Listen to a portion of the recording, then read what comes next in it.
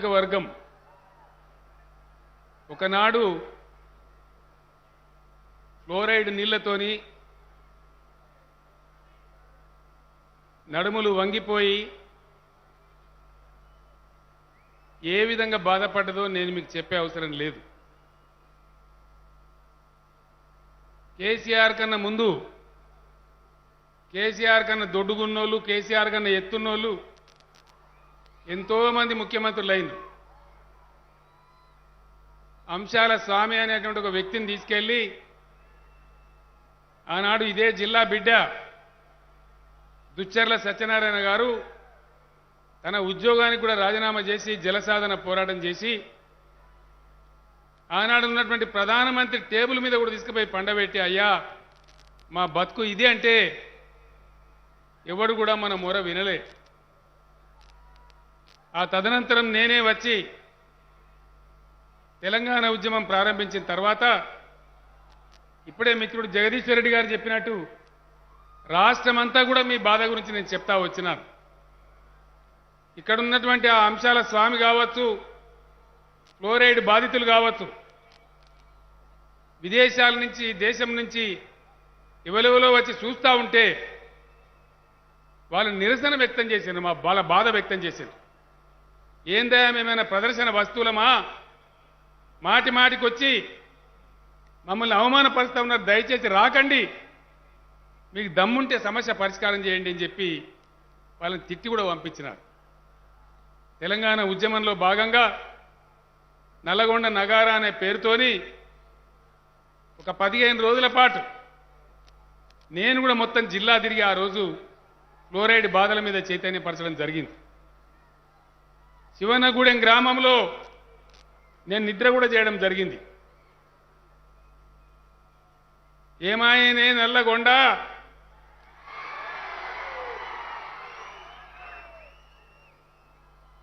అనే మాట కూడా చెప్పడం జరిగింది. ఈరోజు అనేక ప్రభుత్వాలు, అనేక పార్టీలు, అనేక రాజకీయాల తర్వాత మనందరి పోరాట ఫలితంగా మన తెలంగాణ మనకు వస్తే ఇలా జీరో ఫ్లోరైడ్ రహిత మునుగోడుగా, ఫ్లోరైడ్ రహిత నల్లగొండగా మనం మార్చుకున్నాం. మిషన్ భగీరథతోని ఆ సత్యం మీ కళ్ళ ముందే ఉంది అని నేను మనవి చేస్తా ఉన్నా. ఒక సందర్భంలో ప్రపంచ ఆరోగ్య సంస్థ WHO, world health organization Nalgonda జిల్లా సరి అయిన ప్రయత్నాలు జరగకపోతే మానవ నివాస యోగ్యం కాకుండా పోతుంది, నో మ్యాన్ జోన్ అవుతుంది, ఇక్కడ మనుషులు నివసించలేరు, ఇక్కడ మంచినీళ్లు పైపుల ద్వారా ఇవ్వాలి, శుద్ధి చేసిన నీళ్ళు ఇవ్వాలి,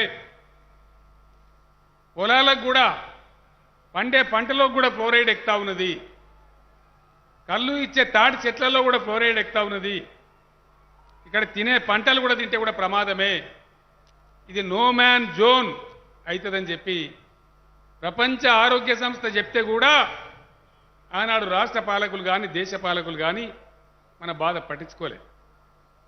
దయచేసి నేను మీ అందరినీ ఎక్కువసేపు మీకు టైం తీసుకోను, 2-3 విషయాలే ఆలోచన చేయాలి.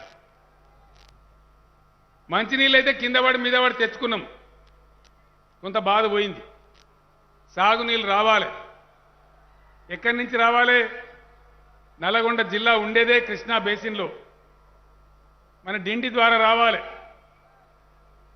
మన శివన్నగూడెం ప్రాజెక్టు ద్వారా రావాలి, శ్రీశైలం ప్రాజెక్టు నుంచి తీసుకొని లిఫ్ట్ ద్వారా నింపుకోవాలి.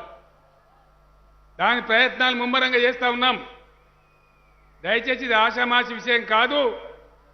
ఎన్నికలలో ఎలక్షన్ రాగానే ఆగమాగం కావద్దు. మన చేతిలో ఉన్న అధికారాన్ని ఎవరికో అప్పచెప్పి ఎవరినో పోరాటం చేయమంటే చెయ్యరు. సీరియస్గా ఆలోచన చేయాలి. ప్రజల చేతుల్లో ఉండే ఒకే ఒక్క ఆయుధం ఓటు. దాని ద్వారా నిర్మాణమయ్యే శక్తి మనకు ఉపయోగపడుతుందా పడదా ఆలోచించి మీ ఓటు వేయాలి. మన చుట్టూ ఏం జరుగుతుందో చర్చ పెట్టాలి. ఆ చర్చలో భాగంగానే ఈరోజు దేశంలో జరిగేటువంటి వ్యవహారాలకు ప్రజా వ్యతిరేక విధానాలకు, సమాజాన్ని చీల్చి చెండాడే విద్వేష విధానాలకు పోరాటం జరగవలసి ఉందని జాతీయ స్థాయి, రాష్ట్ర స్థాయి కమ్యూనిస్టు పార్టీ నాయకులతో, ఇతర పార్టీల నాయకులతో నేను చర్చలు జరుపుతా ఉన్నా.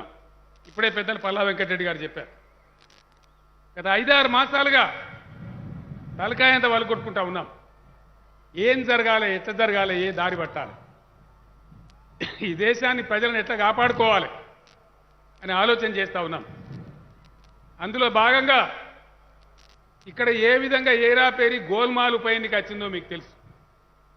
ఏం అక్కరుండి వచ్చింది ఎన్నికైడా? అక్కరున్నా అది ఇంకో ఏడాది అయితే ఎలక్షనే ఉండే. ఇప్పుడు నడమల ఈ తొడాంగు బట్టి తీసుకొచ్చి ఎవరిని ఉద్ధరించడానికి, ఎవల సంక్షేమం కోరి, ఎవల మంచి కోరి ఎర్రటి ఎండల మిమ్మల్ని నిలబెట్టే గతి అయింది? ఎందుకు వచ్చింది బాధ? ఏం జరుగుతుంది? ఏమి ఏరాపేరి దీన్ని ఎన్నుకున్న మాయా మచ్చింద్ర ఏంది? గుర్తుపట్టకపోతే దెబ్బతినే ప్రమాదం ఉంటుంది. అందుకే నేను మొన్న సిపిఎం నాయకులతోని నేను ఒకటే మాట చెప్పిన, మనమందరం విడిపోయి ఉండడం కాదు, తెలంగాణ రాష్ట్రంలోనే కాదు దేశవ్యాప్తంగా కూడా ప్రగతిశీల క్రియాశీల శక్తులన్నీ ఏకం కావాలి, ఈ దుర్మార్గులను పంపాలి. అప్పుడే ప్రజలు బాగుపడతారు, దేశం బాగుపడుతుందని అభిప్రాయాలు పంచుకున్నాం. నిన్న మొన్న జరిగినటువంటి చర్చలలో ఇప్పుడే వెంకటరెడ్డి గారు మనవి చేశారు. ఖచ్చితంగా ఇది వాస్తవమైన విషయం. చిన్న చిన్న విషయాలు పక్కన పెడితే దేశం యొక్క జీవికనే దెబ్బతినే ప్రమాదం ఉంది. కాబట్టి తప్పకుండా క్రియాశీల ప్రగతిశీల శక్తులు ఏకం కావాలని సిపిఐ పార్టీ నిర్ణయం చేసి వాళ్ళ కార్యదర్శి వర్గంలో చర్చించి, ఉన్నత స్థాయి కమిటీలో చర్చించి, మునుగోడులో మేం పోటీ చేయకుండా టీఆర్ఎస్ను గెలిపేయడమే కరెక్ట్ అని నిర్ణయం తీసుకొని సిపిఐ వాళ్ళు మనకు మద్దతు ప్రకటించినారు. నేను మునుగోడు ప్రజానీకం తరఫున, నల్లగొండ పార్టీ, టీఆర్ఎస్ పార్టీ తరఫున, నల్లగొండ ప్రజల తరఫున, వ్యక్తిగతంగా నా తరఫున సిపిఐ పార్టీ వారికి నేను ధన్యవాదాలు, కృతజ్ఞతలు కూడా తెలియజేస్తా ఉన్నా. మిత్రులు పల్లా వెంకటరెడ్డి గారు నేను ఒకటే మాట మనవి చేస్తా ఉన్నా. మీరు కొన్ని విషయాలు చెప్పినారు, సమస్యల పరిష్కారం కావాలి, అయితే గ్యారంటీ. ఈ పోరాటం ఒక రోజుతో ఆగేది కాదు. మునుగోడు నుంచి ఢిల్లీ దాకా మన ఐక్యత ఇదే విధంగా కొనసాగాలి. పేదల బతుకులు బాగుపడేదాకా, రైతుల బతుకులు బాగుపడేదాకా దేశంలో ఉన్న ప్రగతిశీల శక్తులందరినీ ఒకటి చేసి మన పోరాటం కొనసాగుతూనే ఉండాలి. ఒక మునుగోడు బై ఎన్నికకే, ఉప ఎన్నికకే ఇది పరిమితం కాదు. భవిష్యత్తులో కూడా సిపిఐ, సిపిఎం, టీఆర్ఎస్, మిగతా క్రియాశీల శక్తులన్నీ కలిసి పనిచేస్తామని కూడా ఈ సందర్భంగా నేను మనవి చేస్తా ఉన్నా. ఇలా ఒక విషయం దయచేసి మీరు ఆలోచన చేయాలి. ఏదైనా దేశంలో కొత్త రాష్ట్రం ఏర్పడితే దానికి ఒక పద్ధతి ఉంటుంది. మన హక్కులు మనకు రావాలి. అన్నదమ్ములు ఏర్పడితే పంచుకోరా, గట్టే మనకేమవుతుందో మనకు రావాలి.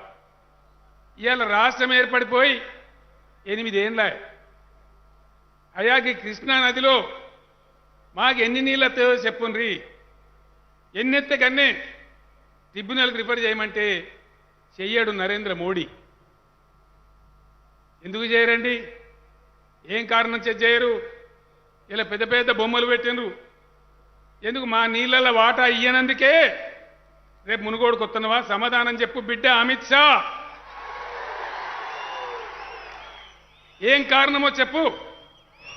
ఇదే గడ్డ మీద నేను మాట్లాడుతున్నా, ఇదే గడ్డ మీద నువ్వు రేపు మాట్లాడతావు. నీ బొమ్మలు కాదు మాకు కావాల్సింది, నీ బొమ్మలు మత్తగా చూసినాం మేము.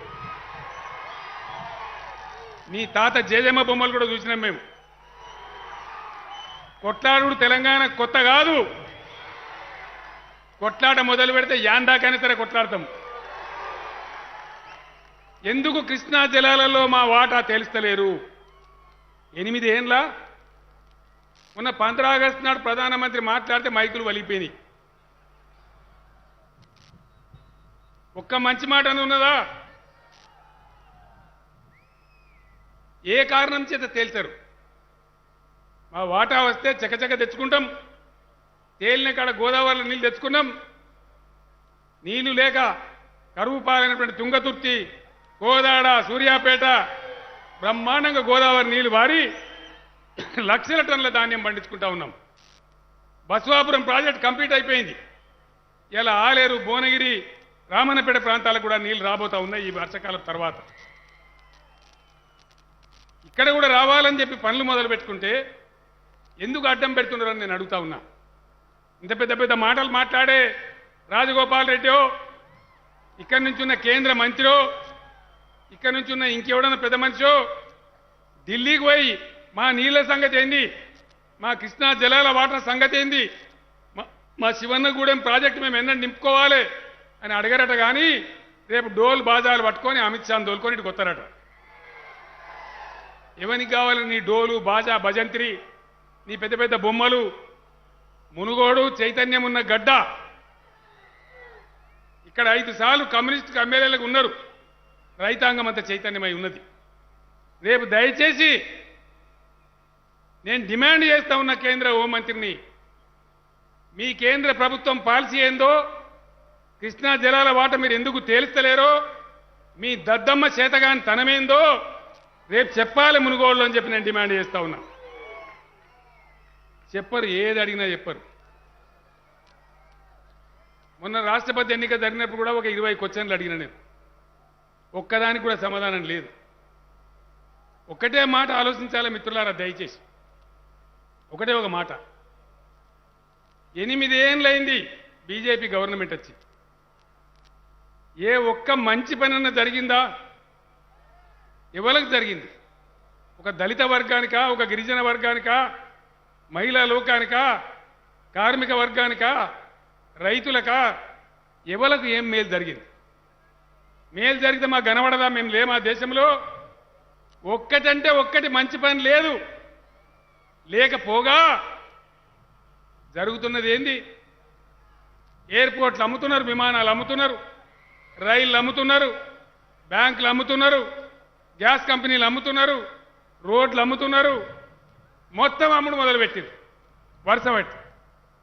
ఇప్పుడు యాడికి వచ్చిండ్రుగా? అన్ని పోయినాయి, ఇంకా అన్ని పోతున్నాయి.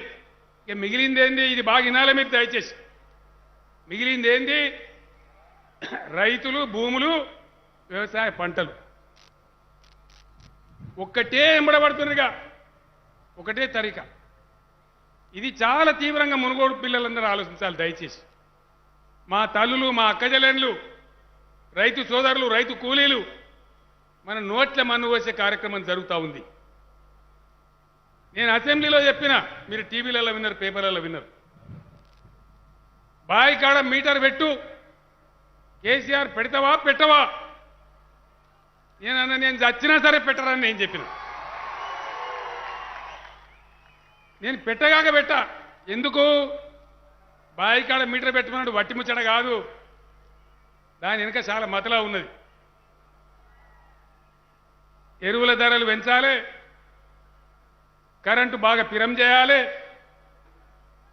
పండిన పంటలు కొనద్దు, రైతు తటపార కింద పెట్టాలి. ఇక మాతో కాదు, వ్యవసాయాన్ని సాలించుకోవాలి. సాలించుకుంటే ఏమవుతుంది? మోడీ గారి దోస్తులు పెద్ద పెద్ద వాళ్ళు సూట్ కేసులు పట్టుకొని రెడీగా ఉన్నారు.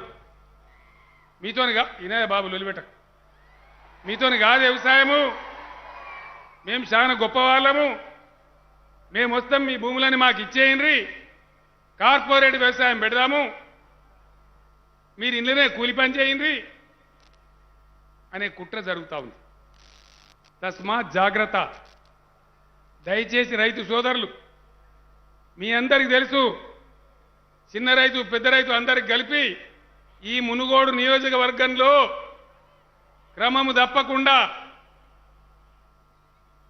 1,01,000 మందికి రైతు బంధు పథకం వస్తూ ఉంది మునుగోడు నియోజకవర్గంలో. వస్తలేదా? ఏం చప్పట్లు కొట్టలేదు మీరు? అమ్మ వస్తలేదా? 1,00,000 మందికి రైతులకు ఎవరికి ఎంత భూమి ఉంటే అంతా. అది కూడా ఎట్లొస్తుంది? దరఖాస్తు పెట్టేది లేదు, దండం పెట్టేది లేదు, ఎవరికి 5 రూపాయలు లంచం ఇచ్చేది లేదు. రైతు బంధు డబ్బులు ఎట్లొస్తాయి? హైదరాబాద్లో మేము బ్యాంకులు వేస్తే బ్యాంకులో జమ అయి మీ సెల్ ఫోన్లో టింగు టింగు టింగు మనం అవుతుంది. యాడికి తిరిగేది లేదు. ఇవాళ ఇది బంధు పెట్టాలి. జగదీశ్వర్ రెడ్డి నేను మేమంతా కలిసి ఎమ్మెల్యేలందరం పోయి పేదలు పెట్టి ఢిల్లీలో పోయి ధర్నా చేసినాం. వడ్లు కొనం, మీ వని కొనం, మై క్యా కర్నా అంటాడు. మై క్యా కర్నా అంటే మై క్యా కర్నా?